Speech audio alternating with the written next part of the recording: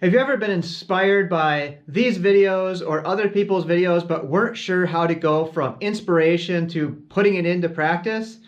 Welcome back to Adventures in Reach, where I want you to try a new small adventure, build your confidence in the outdoors, then take that confidence to other settings in your life. Today I'm going to be talking about comfort zones.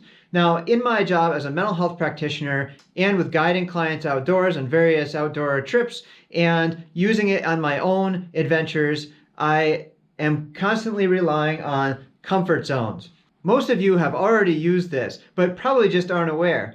Now, I would guess that most people watching this video have a driver's license. And at some point, you had to get a permit and get in a car and drive for the first time. And you were probably pretty freaked out because there's signs and there's things moving and there's people honking, there's pressure. You don't really know what to do. You're not used to it. And so it's definitely not even in your comfort zone.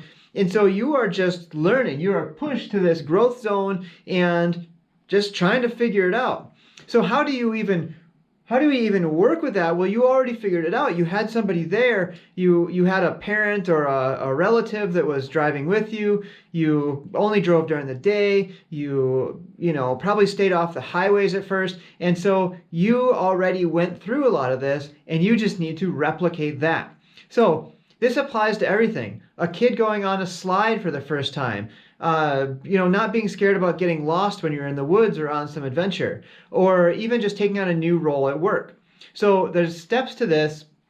Just like with the permit, you can come up with steps for yourself of what you think you can handle next, and then you can build off that. If you can only think of one step to do next, that's probably fine. And once you're comfortable with that step, you've done it a couple times, or the first time was just easier than you expected, now you move on to the next one.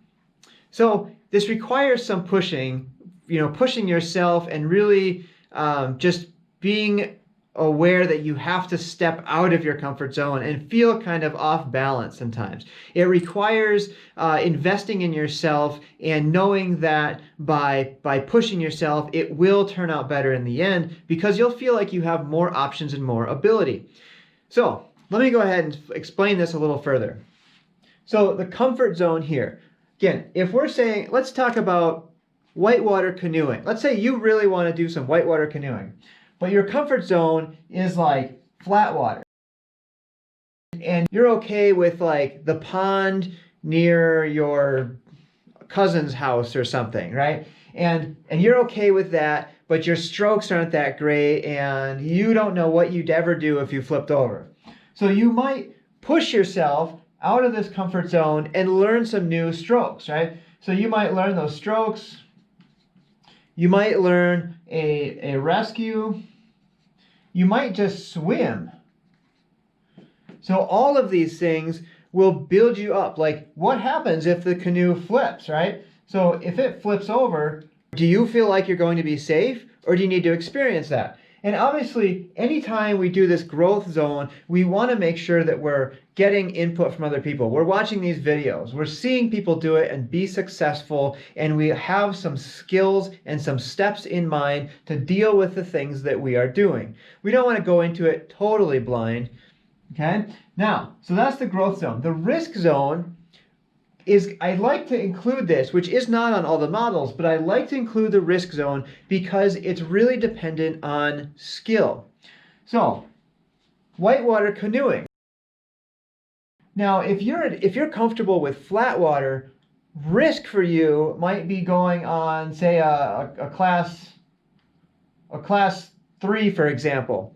Now, a class 3 is certainly pushing it with canoes, and so maybe even a class 2 may be difficult for you and may be risky for you, okay? But if there's other people who have done this, the strokes are simple to them. They can certainly right their boat. They can swim through, moving water, and they're comfortable with that. And they know how to read some of the rapids.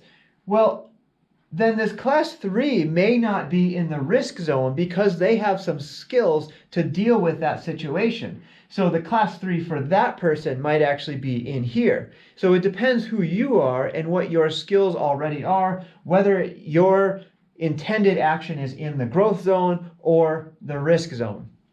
Then there's the danger zone out here where it doesn't matter who you are, you just don't go over Niagara Falls on a canoe.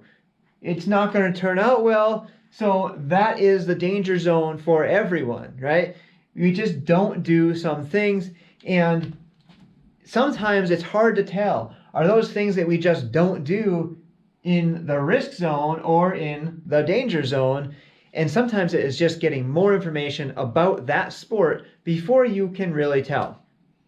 So somebody who can only do this may think that class 3 canoeing is out here in the danger zone, whereas if they have some skill, they build some skill, they build this comfort zone by living in the growth area, then that may be possible for them as well. So the more we do this stuff, we live in the growth zone, the more our comfort zone expands with it, and the more we are able to push that comfort zone out further. And this whole thing, our whole world of what we can do and what we can consider and what we can do safely will expand with it. So I hope the best for you, and I hope you stay tuned for future videos.